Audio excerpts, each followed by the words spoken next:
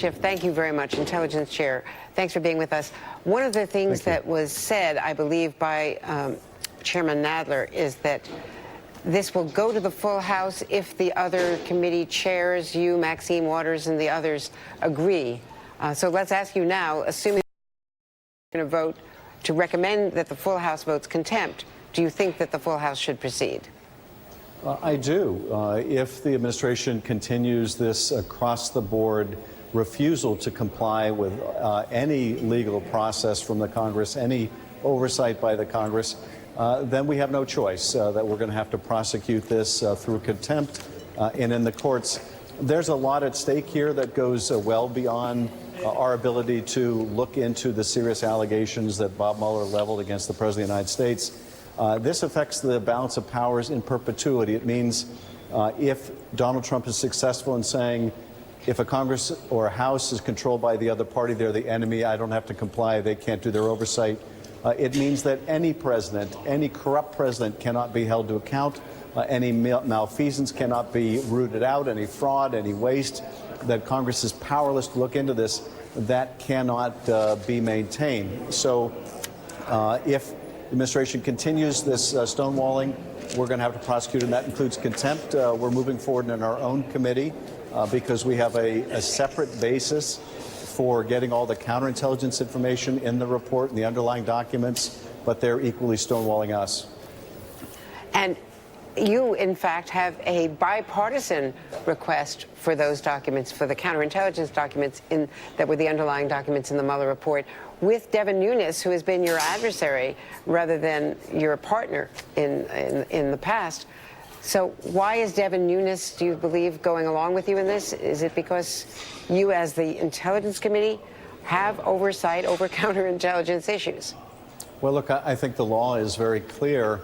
The National Security Act requires the intelligence community and the Department of Justice to keep us fully and currently informed of any significant counterintelligence activity. It's hard to imagine a more significant counterintelligence investigation in our history than this one. And of course, this investigation began not as a criminal investigation, but as a counterintelligence investigation to determine whether individuals were acting as witting or unwitting agents of a foreign power, and that includes the president. So I think we both recognize, notwithstanding our very different perspectives, they must comply. And so it's going to be a lot more difficult with respect to our request for the administration to say, oh, this is just a Democratic partisan thing, when you do have both members who are otherwise in strong disagreement about the Russia investigation uniting around this demand for information. And just to nail this down, so far they have refused you and Devin Nunes' request? They have. So far we've gotten nothing in terms of the documentation. We've got nothing in terms of a briefing on the counterintelligence investigation. We were getting briefed up until the point that Comey was fired.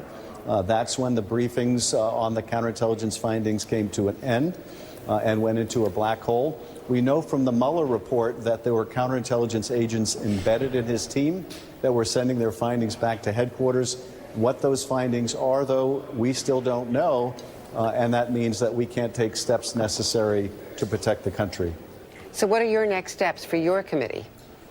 Well, our next steps will be the issuance of a subpoena from our committee, and then, if necessary, to move forward with contempt also.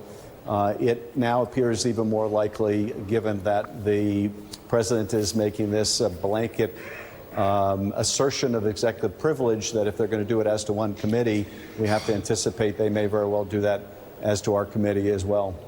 Do you know if Devin Nunes would back down under whatever pressure when it comes to a contempt citation? Well, you know, I think that he is pretty determined to get the underlying information as well.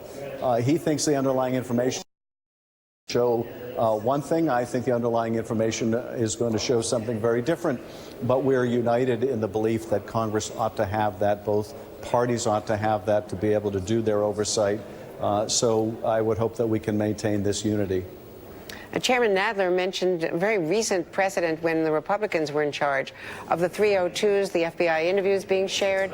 So there's recent precedent of this administration sharing confidential data with the Judiciary Committee when it was being chaired by a Republican. Well, and the Intelligence Committee, and this is a point that I've been making now for over 2 years.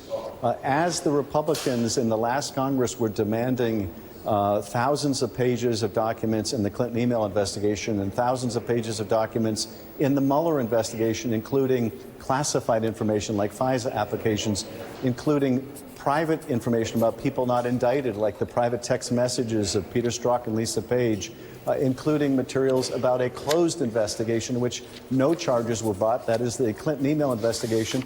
They ended up producing 1 million pages of discovery.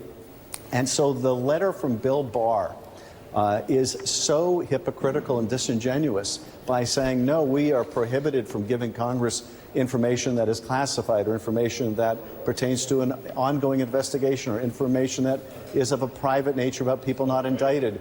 They gave 1 million pages of that information to a GOP Congress in answer to subpoenas. So they're adopting basically a double standard, which is all of this we can give to a GOP Congress about a Democratic candidate for president, but we can't even give you 450 pages of a report when it pertains to a Republican president and it's asked for by a Democratic Congress. That hypocrisy is what they're going to have to now defend in court. And I don't think any court is going to look favorably on that. Well, finally, Congressman, you, along with Speaker Pelosi, wanted to take your time and see what the evidence showed, and were not eager to go to impeachment. Do you believe now, given this assertion of executive privilege and the opposition to sharing any of the underlying data, that that they're going to take so long and slow walk this, that you should go ahead and call these impeachment hearings, and then you have a new legal mandate to get the information you're looking for?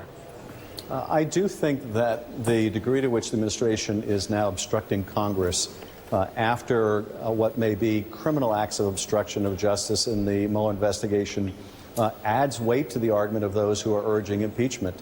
Now, I think that the legal basis we have for getting all this information is very strong, even in the absence of a formal impeachment proceeding, because I think by any definition, these efforts have to be considered preliminary to that kind of a proceeding. The Department of Justice cannot maintain that you can't indict a sitting president, but we're not going to give you the evidence that you would need to consider whether to initiate impeachment until you've initiated impeachment. That's I think, a nonsensical standard that amounts to some form of immunity. But were a court to so rule, that, again, I think would add weight to the argument that we should move forward with a formal impeachment proceeding. So the administration is not helping their own cause here unless impeachment is exactly what the president wants. Well, that's what Nancy Pelosi has suggested, that they're building a trap for Democrats to walk into. We're going to have to leave it there. Well, it's certainly true that the president has been among the biggest champions of his own impeachment.